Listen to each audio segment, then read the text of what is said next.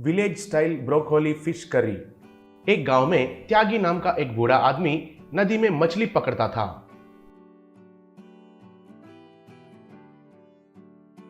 उसी नदी के पास एक चूल्हा लगाकर फिश करी, फिश फ्राई वगैरह बनाता था। कस्टमर्स उसने पकड़ा हुआ लाइव मछली को सेलेक्ट करके उसे देते थे।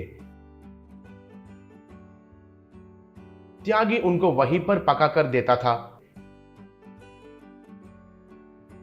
ऐसे ताजे मछली से फिश करी और फिश फ्राई बहुत स्वादिष्ट होने के कारण कस्टमर्स उसके पास क्यू में खड़े होकर खाते थे।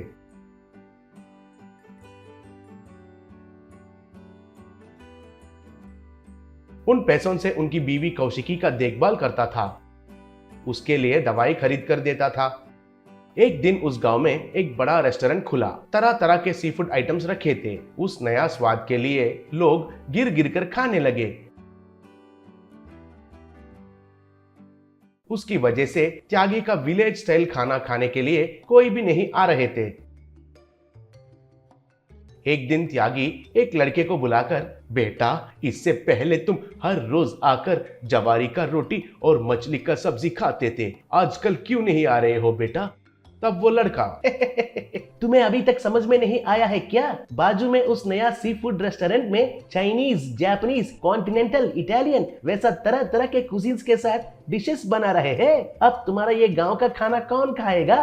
तब त्यागी, तुमने कहा हुआ नाम मैंने कभी भी नहीं सुना है बेटा। और उस पकवान में अलग तरीके से क्या बनाते हैं? कोई भी प्याज, टमाटर, अदरक और लहसुन का पेस्ट ही तो डालते हैं ना? तब वो लड़का, अरे ओ पागल दादाजी, आप बीसी के जमाने में रह गए हो। फॉरेन कुजीन्स में फॉरेन वेजिटेबल्स, फॉरेन मसाला ही डालते हैं। मतलब lettuce, broccoli, spring onions, Chinese salt, flavoured colours वगैरह डालते हैं। उसकी वजह से स्वाद पूरा बदल जाते हैं, पता है? इसलिए आप और मेहनत करना बंद करके आपका ये दुकान को बंद कर दो। तब त्यागी सोच में पड़ गया। उस दिन त्यागी शहर में रहने वाला उसका भतीजा गगन को फोन किया। फिर त्यागी, अरे सुनो बेटा, ब्रोकोली का मतलब क्या है? कहकर पूछा। तब गगन, वो तो हमारा कॉलीफ्लावर जैसा होता है मामा जी, मगर वो कॉलीफ्लावर से ज्यादा सॉफ्ट होता है। उसे ज्यादा देर तक पकाने की जरूरी नहीं है, कहा। तब त्यागी, फिर तो मुझे 50 किलो ब्रोकोली भेज दो, मैं तुम्हें पैसे भेजता हूँ, कहा। तब गगन, क्या 50 किलो ब्रोकोली? क्यों मामा जी, वो बहुत महंगा होता है, पता है? तब त्यागी, जितना महंगा होने से भी कोई बात नहीं है रे, बस भेज दो, मैं बताता हूँ। फिर 2 दिन के बाद त्यागी ने ब्रोकोली को एक ठेके में रखकर गली में लेके जा रहा था।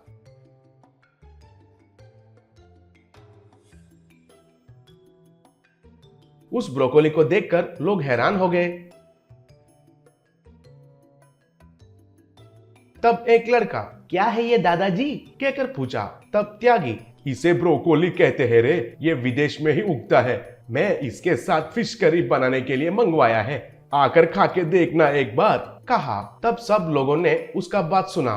फिर त्यागी ने एक बड़ा सा बर्तन में मछली पकाना शुरू किया।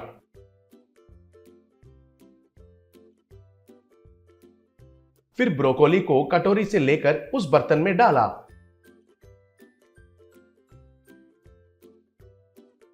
फिर वैसे ही ब्रोकोली फिश करी तैयार किया। तब कुछ कस्टमर्स दिलचस्पी दिखा के आने लगे। वो लोग रोटी के साथ उस ब्रोकोली फिश करी को खाए।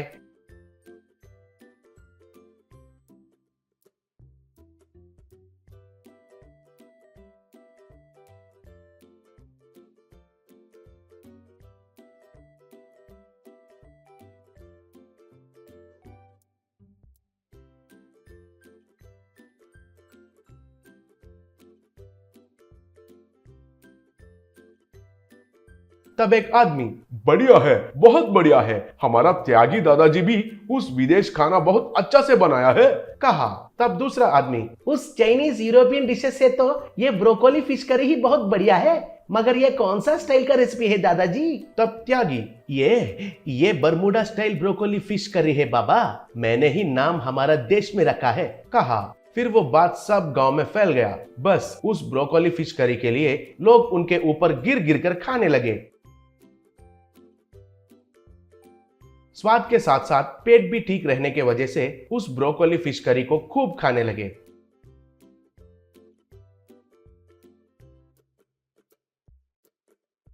त्यागी बहुत सारे किलो ब्रोकोली मंगवाकर उसके साथ फिश करी बनाने लगा।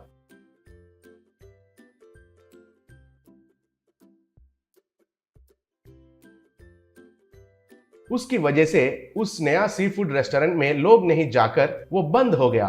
एक दिन त्यागी की बीवी कौशिकी, आपने वो बरमूडा का रेसिपी कैसे सीखा जी? तब त्यागी, बरमूडा है या मेरा सर है, मैंने जो बनाया वो पक्का विलेज स्टाइल करी है।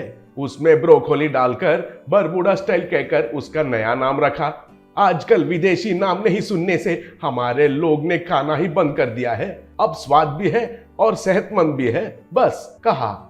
तब कौशिकी त्यागी का समझदारी को जानकर चौंक गई।